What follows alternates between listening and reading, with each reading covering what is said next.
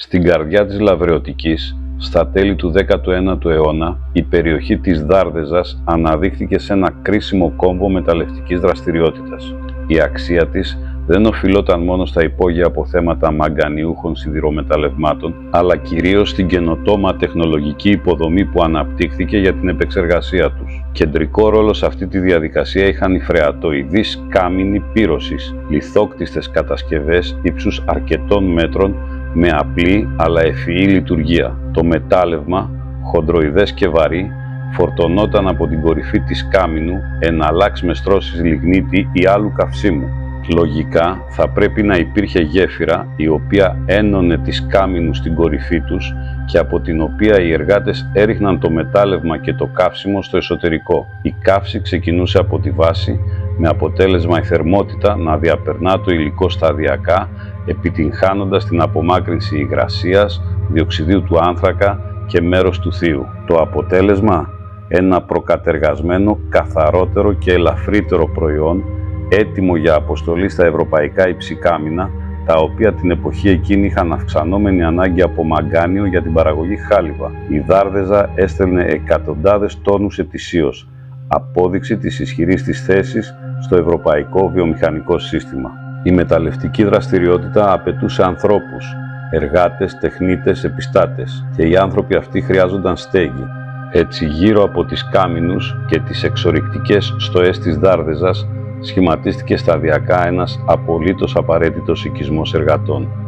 Οι κατοικίες ήταν μονόχωρα ή διπλόχωρα παραπήγματα φτιαγμένα από πέτρα. Σήμερα σώζονται τα χαλάσματα που βλέπετε, αλλά εκεί στεγάστηκαν οικογένειες ή εργάτες που ζούσαν μόνοι, συχνά υπό σκληρές συνθήκες, με βασική υποδομή, χωρίς παροχές όπως νερό ή φωτισμό. Μπροστά από τις κατοικίες των εργατών προς τις κάμινους βρισκόταν το μεταλλοπλήσιο, η εγκατάσταση όπου γινόταν η διαλογή και ο εμπλουτισμός του μεταλλεύματος πριν ή μετά την πύρωση.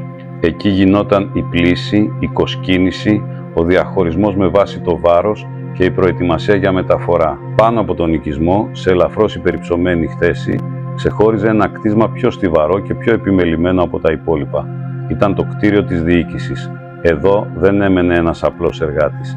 Εδώ διέμενε εκείνος ή εκείνοι που είχαν την ευθύνη όλης της εγκατάστασης. Το κτίσμα, επίσης πετρόκτιστο, είχε διάφορους χώρους που εκτός από τη διαμονή εξυπηρετούσαν και τις καθημερινές ανάγκες διοίκησης του μεταλλείου. Ο επιστάτης δεν ήταν απλώς επιβλέπων, ήταν και διαμεσολαβητής. Έπρεπε να διαχειριστεί προμήθειες, αποθέματα, να καταγράψει αποδόσεις, να αντιμετωπίσει τεχνικά προβλήματα, αλλά και να χειριστεί τις εντάσεις, είτε αυτές ήταν βλάβες είτε ανθρώπινες. Το κτίριο της διοίκησης αποτελούσε και σύμβολο τάξης και ιεραρχίας. Στην άκρη των εγκαταστάσεων, λίγο πιο απομονωμένο, βρισκόταν το φυλάκιο, μικρό αλλά με σαφή ρόλο, την εποπτεία και την προστασία του χώρου. Σε εποχές που τα μεταλλεύματα είχαν υψηλή αξία και η εταιρική σύγκρουση δεν ήταν σπάνια, η παρουσία φύλακα ήταν απαραίτητη. Το φυλάκιο ήταν επίσης πέτρινο, με θέα προς τις κάμινους και τα μονοπάτια πρόσβασης. Ο φύλακας έλεγχε την είσοδο, την κίνηση των εργατών και ενδεχομένως εμπόδιζε την κλοπή καυσίμων, εργαλείων ή μεταλλεύματος. Η εγκατάσταση των καμίνων χρονολογείται γύρω στο 1887 και η λειτουργία τους κράτησε τουλάχιστον ως τις πρώτες δεκαετίες του 20ου αιώνα.